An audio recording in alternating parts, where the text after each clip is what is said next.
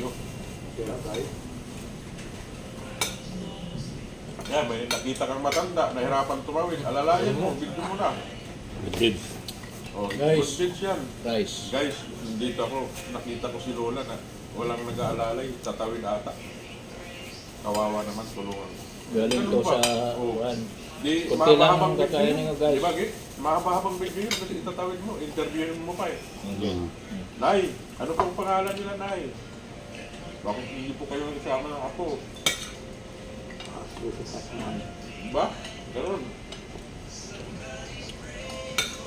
May nakukuha silang moral lesson doon. Anong moral lesson yun? Saan, Dahil sa pagiging mabait mo. Pagiging... Malaking hito na. Busog ko. Saan? Ano, ang hipon ko. Hipon yan. May hipon malaki. Bigay ng may kapal. Hipon na malaki. Nalala ko yung sa probinsya, pagka buffet may kasalan, grabe. Kumuha ka ng gusto mo. Mas maraming ulam kinukuha ko yan. Lechong kawali, Nasa kasalan. Grabe. gilayin. Yung puro laman na may atay, Yung Yeah. kanin, na niluto lang sa suka, paminta. hindi na ako kumakain ng kanin. Halos puro Mm. mga handa na lang. Mga ulam na lang. Kung ano yung mga handa dyan.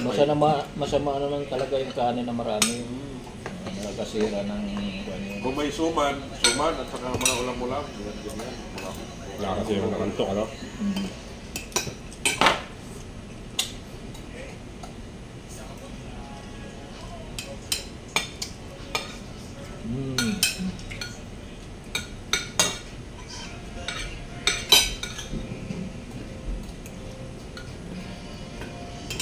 Mas tirahin mo yung ano, tirahin mo yung reclaim.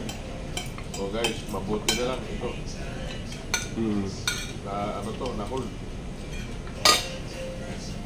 Kaya sarap. Ng pagana. Yan o.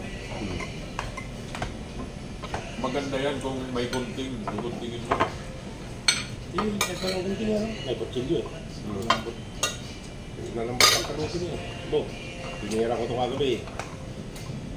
Titiran natin si Mrs. ba yan magreklamo. Yung kanin pala ni Maminiran. Sir. Oo. Kilo eh. Pag na doon, si Mrs. Magreklamo yan.